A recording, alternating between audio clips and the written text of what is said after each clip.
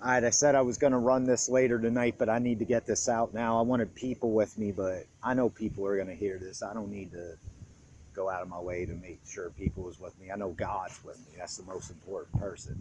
Um, Welcome to the Lovable Lunatic Lounge. I am your host, as always, the Lovable Lunatic, Exxon Eddie Bainey. I am a recovering drug addict. And a child of God today, and a man of change and growth today. My camera sucks. I apologize about that. Phone is the next thing on my material bullshit list, but let's jump right into this video, man. I'm sitting here at Mustard Park, right? Last night I was walking by, kind of in my depressed mode, so I put the headphones in, did myself some self-care, tried to realize who the fuck I am. When I get in these modes, I apologize if you try to talk to me and I'm short. That's just, me trying to take me time because I don't want to say anything wrong, and I do that sometimes, I do that. I'm human, I'm human. We all are. We make mistakes. We're not perfect, right? But anyway, I was walking past right there, right on Chestnut Street, coming past whatever Club Tail, whatever the damn little restaurant is. Now, I happened to look across the street. I seen some young man, no older than like 16, maybe 17, sitting here. And I thought for a second, I seen a little bit of myself. I seen him fidgeting. I seen him reaching for something. He had a book bag. So I was like, you know what? I'm going to sink out of my mode. I'm going to go talk some life into this dude. So I sit down next to him. His name was Jerome. Looked at him, asked him, "Little man, how old are you? What's your name? What you doing out here this late? Why are you running these streets?" This was about 9:30 at night. He's like, "Dude, it's that time. It's time to get my stack up, man. It's time for these motherfuckers to know, like, I'm sick of this shit.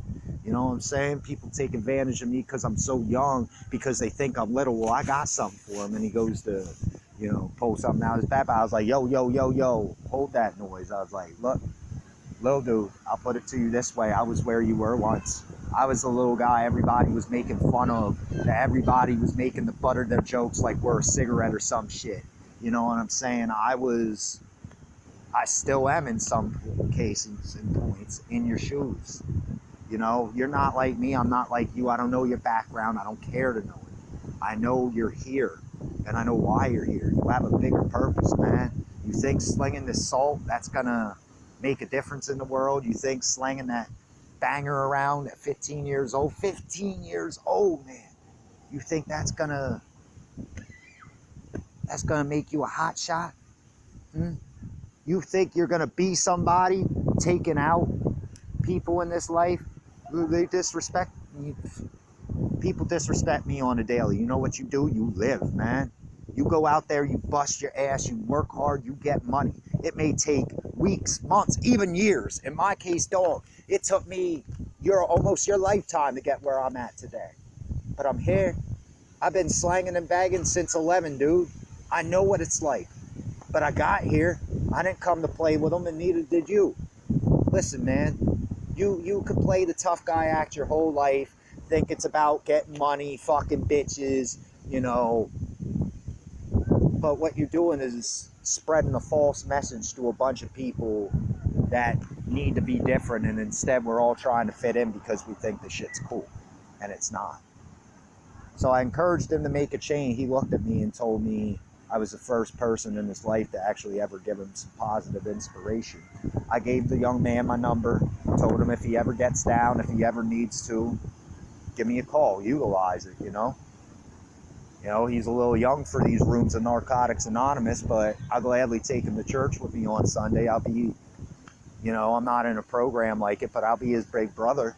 I'll give him some guidance. I've always wanted a kid anyway, so Jerome did text me this morning as I was going to play dodgeball, which didn't happen. My mental boner was deflated, and text me and said, "Yo, old head, yo, unk, I appreciate you looking out last night. No matter what life threw at you, whether you realize it or not, you real, dude. You authentic." And that sparked me, because I always say that about myself. Like, I'm authentic. I'm a thoroughbred. I'm a tank. You see me wearing this army-like gear and think that's what makes me, you know, I feel good about myself, so I'll splurge every now and again. And I didn't even splurge. Thrift shop shopping, dog. Ballin'. But you know what makes me? Making someone a promise and keeping it. As in, the people who gave back to me, my house manager over at P&P, both my house managers, my house owner, who I promised, look, you know, I'm not going to have all the grip for you. Hi, doggo. Not going to have all that grip for you right now, but what I can do is throw you at least 4 Benjis. I didn't do that. So I got them closer to 5 instead. That's me. I don't care if it leaves me suffering for 2 weeks. I got food in my stomach. My heart is full. My soul shines. That's all I need. Going without cigarettes, I'll find a cigarette here and there. I mean, I got a couple packs for now. I got to go get my bus pass. It's necessities for me today. My phone's going to get shut off next Friday, I think. I don't care. I have Wi-Fi most places. That's fine. That's fine. At work, I need less distractions. I don't post at work unless I'm on an authorized break, obviously. But even that, you know, I can wait till that makes stuff more meaningful. So be it. If I have to go without it for almost a week, yeah, whatever. I'm not going to die. My phone's cracked as it is. I can barely see it. What I'm getting at here is there are people who went out of their way to give back to me, to make this Eddie possible, to see the growth, the maturity come to life. And I say that to say, in addiction, we struggle with depression, man. We want things when we want them, and we may see the most beautiful thing that material objects and looks can't buy you, but we'll ignore it as soon as something shines, like, and get distracted. We want what we want when we want it. There is no in between. We want to take. But are we really giving? We're just letting life blow us by. Are we really, truly, thoroughly living through God? Or are we just doing what everybody else wants us to do? I know me personally with my depression, I get so low, I get so lonely. I struggle with women, and I feel like I need one to get me through. And I apologize to anybody, but, you know, somewhere along the way, there was one that I wasn't just trying to whip up witty words to impress. It was one that I was trying to give my message to because my heart felt for her. My soul just levitated, just leaned on her. And she cut me off because somebody else stole her time, or whatever it might have been. Isn't it funny how 1 minute you feel so important, so special to somebody, then the next day? That's the story of my life, man. Shit like that would have broke me, you know? It did cut me, and I'm still struggling with it. But today, that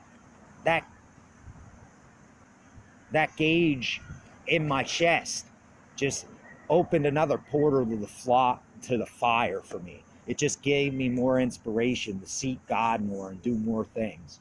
I'm out here, I'm getting baptized in a couple weeks, and my recovery house manager, my boy, Jay Money, he's going to be on stage. My boys, my girls, they're going to be there, rocking it, showing out for me, hearing my message of motivation, hearing my story, because I'm going to lose it. I need y'all there. This ain't no way. I know some of y'all are in a program that you have an assigned church, that's fine. But getting back to the women thing, I do struggle. And usually I'm the type, if it doesn't go well with one, I'll levitate towards another. And I found myself doing that here recently. And it hurt me more because I realized I really did feel for the one that left me beyond. But she's got to learn her own mistake. I don't, hold that against her. I hold no hate in my heart. Yeah, I'm going to show her by living this life and show her what she's missing out on. Absolutely. But as God says, he takes things away for your growth. And when he sees fit, he may bring them back. I'm not saying that's meant to happen for me because, quite frankly, I don't know if I want that because I don't know if she knows what she wants. I know who I am and I know what I want, and I know it's going to take time to get it today. So why stress about something that might not be here tomorrow when I can just love and live today? You know what I'm saying? Depression eats us all alive. And to that young lady, I just want to say there's no animosity, there's no ill will. I still pray for you. On rare moments, I do see you when I see you putting your head down and, you know, isolating by yourself. It makes me sad. I want to go up to you, put my arm around you, and say, "Yo, you good? Yeah, I ain't, you know, I ain't got nothing wrong with you. You got internal issues that you got to fix, but you know what? You might have helped me, but not gonna lie. If I said I hope you didn't find yourself, and when you do, come find me, because I'll be here waiting. You know where I'll be. But if that's never meant to happen, just like anybody, I want to thank her for being a part of my story. Right now, I do got some people to thank. Special thank you. I want to thank White Deer Run for saving my life. I want to thank the boys at Wyndham for getting me. You know, I got myself there, but for making that phone call to get me in the hospital, so I had some time to do some self-care. I want to thank every brother and sister in this program that has helped me, guide me, stuck by me through my bullshit. I want to thank everyone at PMP. I want to thank Jim Gratzinger personally for taking me in. I want to thank Ryan Jarvis, J Money, for being my guy and always telling me he's proud of me and I'm killing it, giving me that reassurance, gassing me up. You know, I want to thank, even though our roads have dwindled apart, and you know, I just hope it works out well for him, because it never does for me. My baby brother, little dog Tyler Jackson. I want to thank my mom for always believing in her son, that her son is a soldier, and I'm finally starting to show it on the inside today. I want to thank my nephew Tyler Clark. Here's a real thing. My nephew said to me once, "You know, Eddie, once you put these stupid ass drugs down and pull your head out of your ass, you're going to have yourself a hell of a story to tell." Low dog, challenge for you. You got your pen handy? Because if you're ready to write, I'm ready to narrate. It's that time. I want to thank my double D's, Dwight Shelton and Dalton Hallman.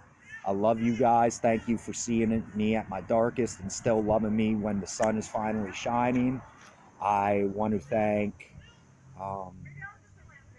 everybody who gives me unconditional love and support and prays for me, whether publicly or from a distance, and just doesn't mention it to me. I love you guys.